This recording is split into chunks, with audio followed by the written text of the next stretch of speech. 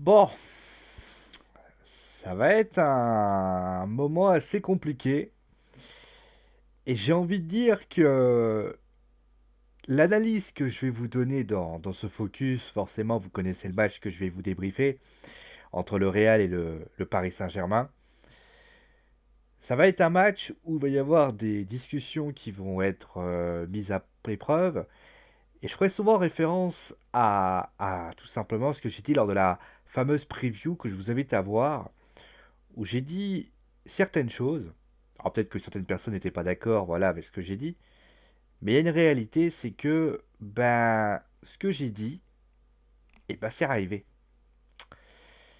Dans ce focus, on va regarder bien sûr comme à chaque fois la prestation globale des deux équipes. Le Real tout d'abord, fair play. Le Paris Saint-Germain. Après bien sûr on fera les tops et les flops.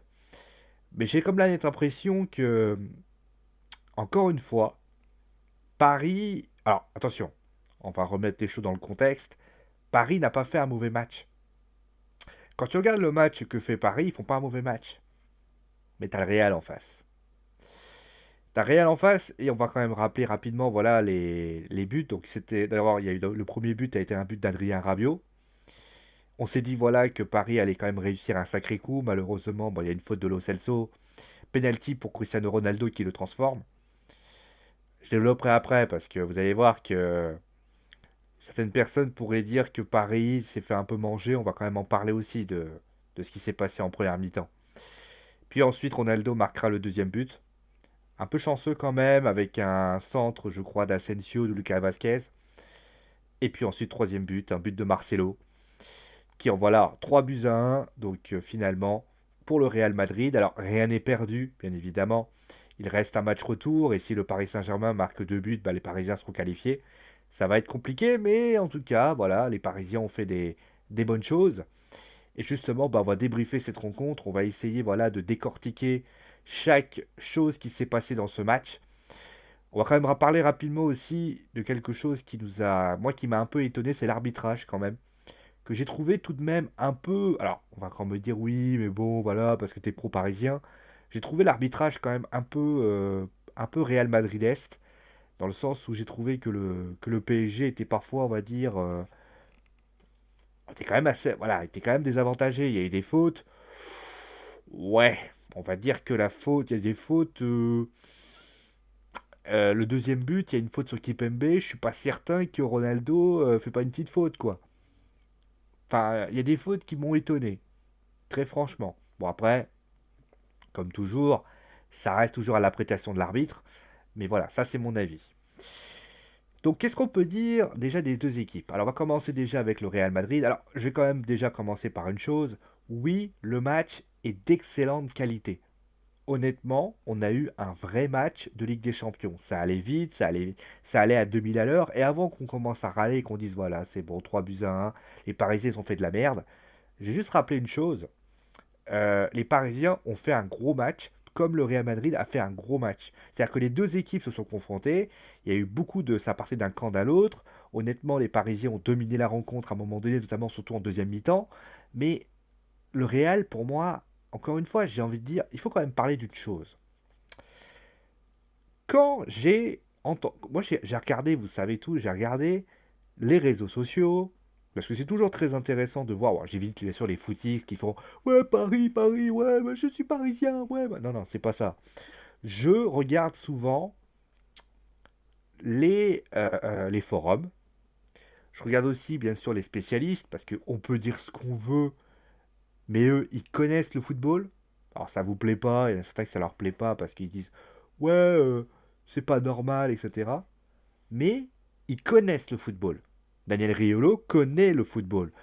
Christophe Dugarry connaît le football. Ils connaissent le football. Si jamais vous me dites non, mais vous ne connaissez pas le football, c'est des tocards. Mais quoi? Vous êtes mieux que vous connaissez mieux qu'eux à, quel, à quel degré? Il faudra qu'on m'explique. Enfin bon, c'est pas le débat.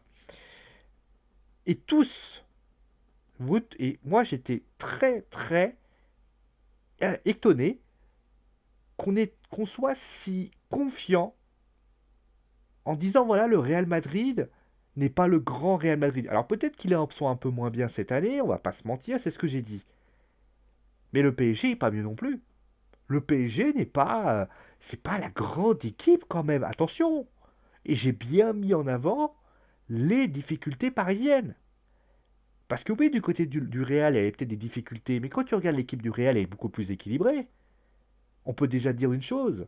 Il y a eu des choix qui ont été faits du côté du Real. Isco qui a été placé en meneur de jeu du derrière Benzema et Ronaldo.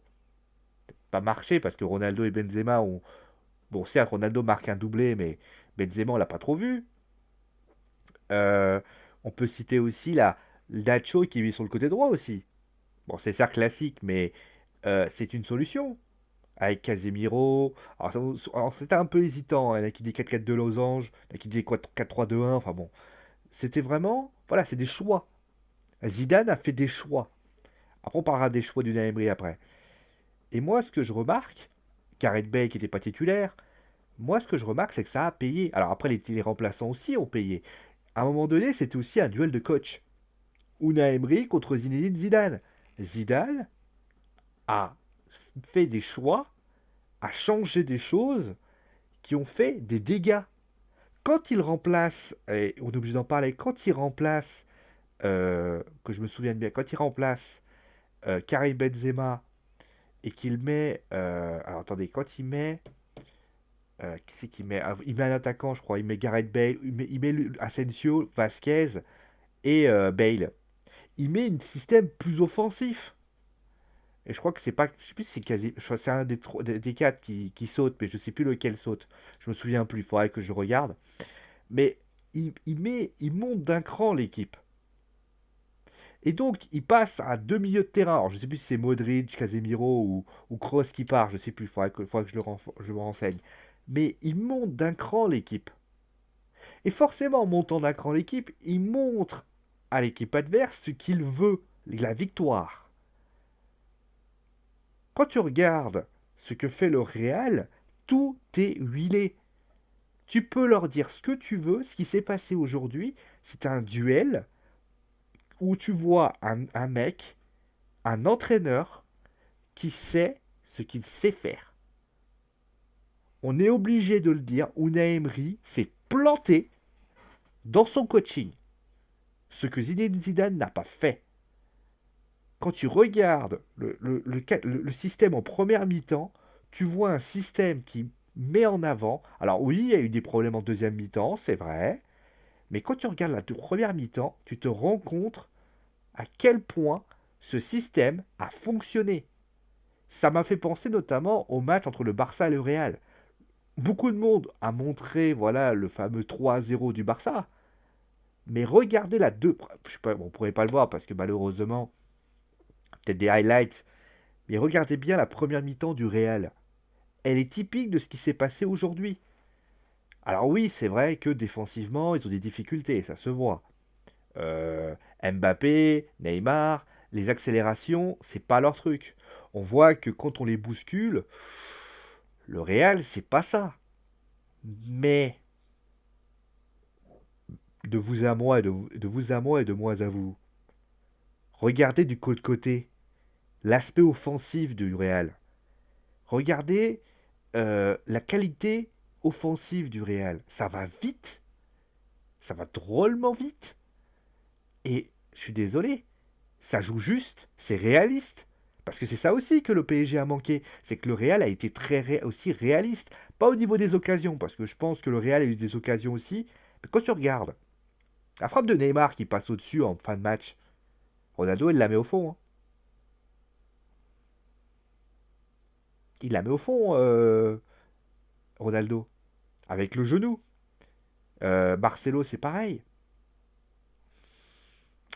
J'ai envie de vous dire, ouais, mais voilà quoi.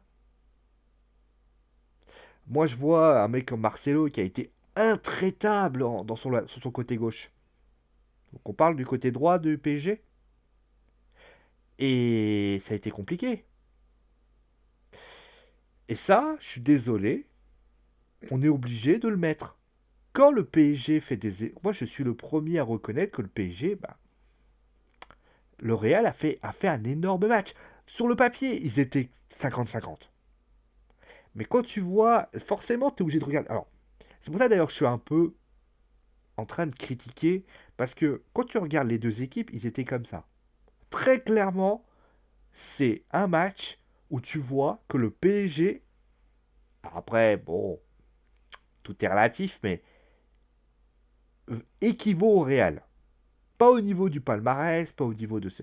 mais au niveau de ce qu'il proposait. Tu le vois.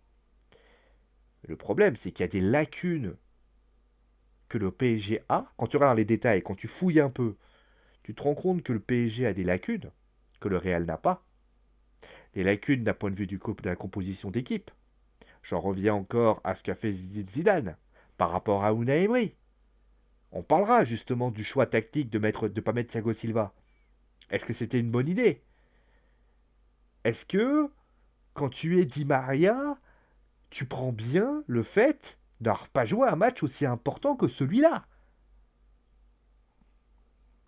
Te dire, un mec comme Di Maria n'aurait pas pu aider le PSG?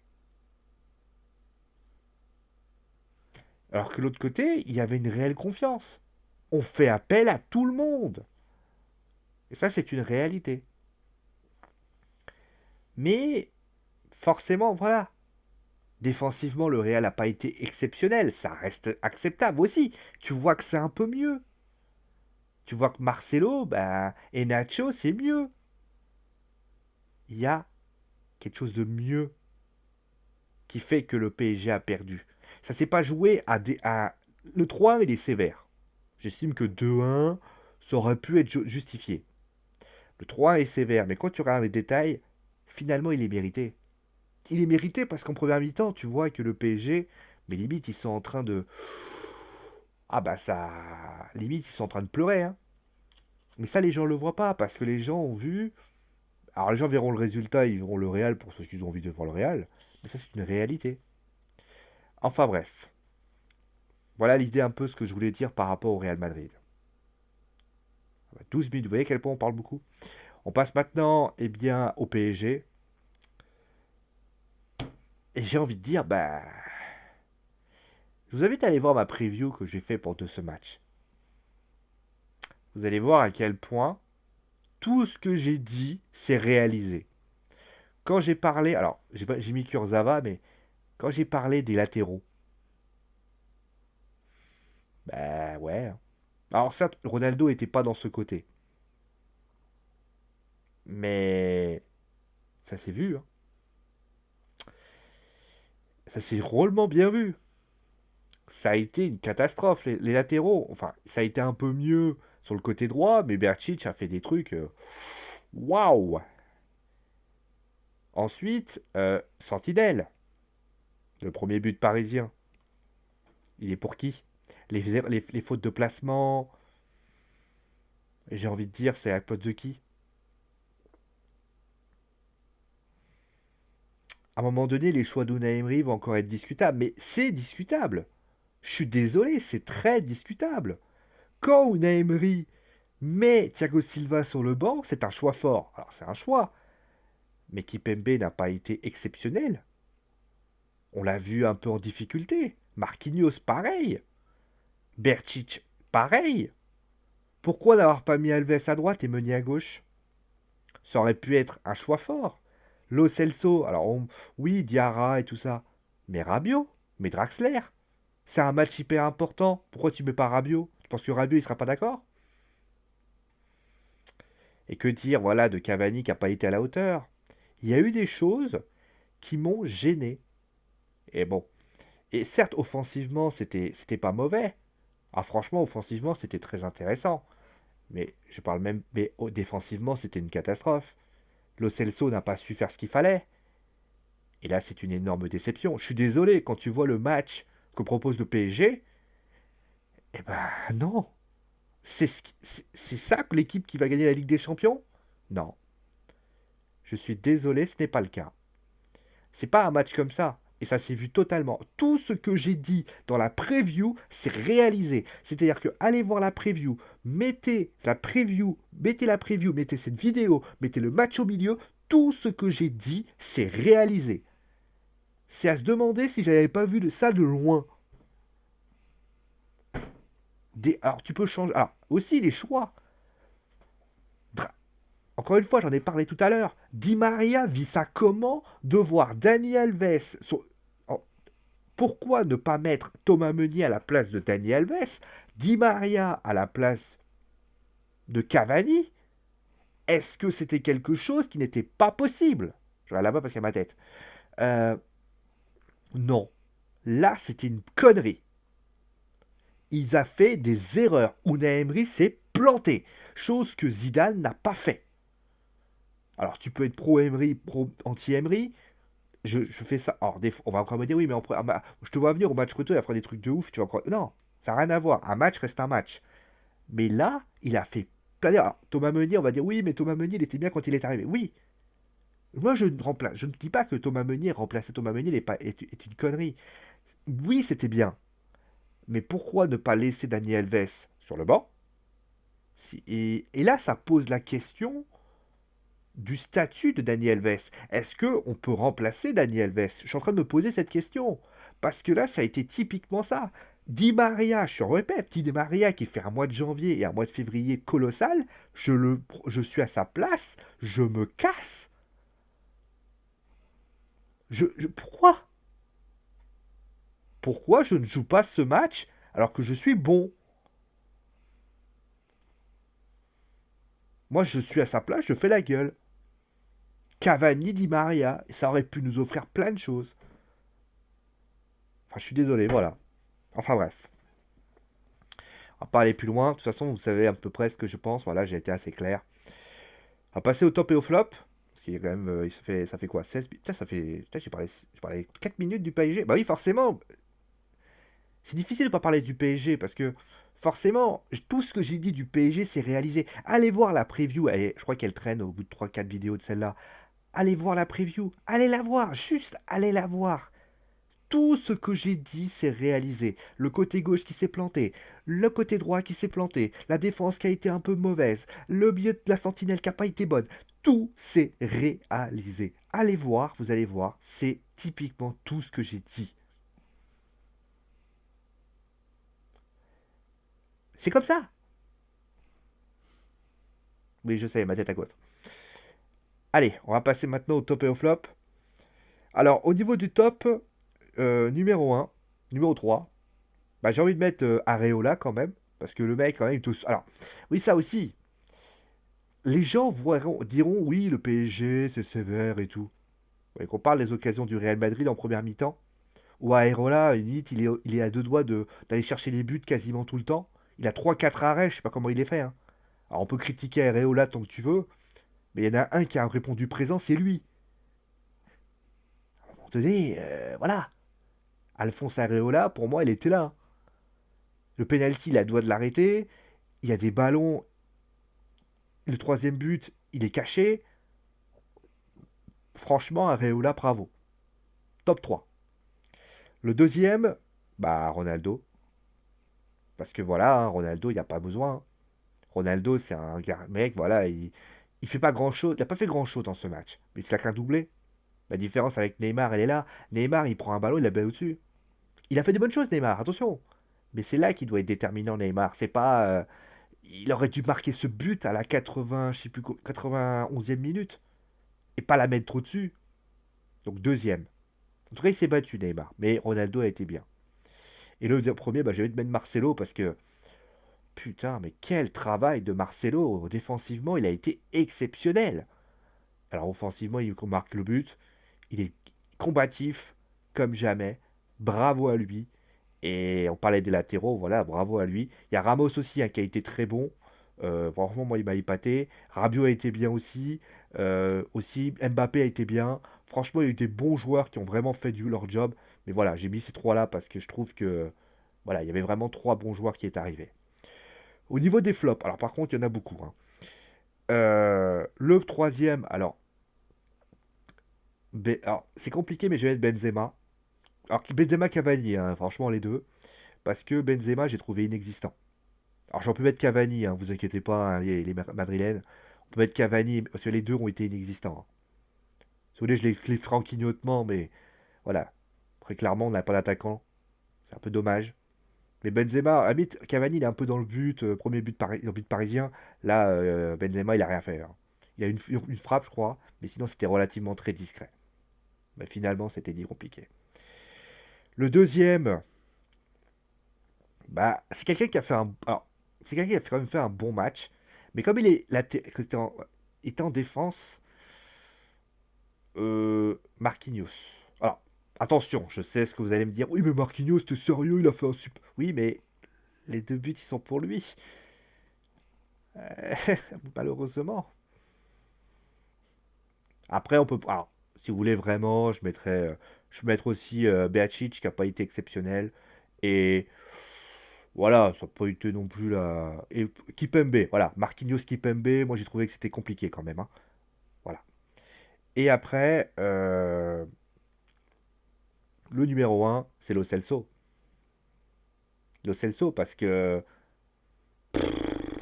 Non, Lo Celso en sentinelle, ça a été une catastrophe. Il fait des. Alors, le mec se met à dribbler. Alors, ça aussi, le mec se met à dribbler face au Real Madrid. Oh, tu es face au Real. Tu t'es pas contre Dijon, hein. Le mec se met à dribbler.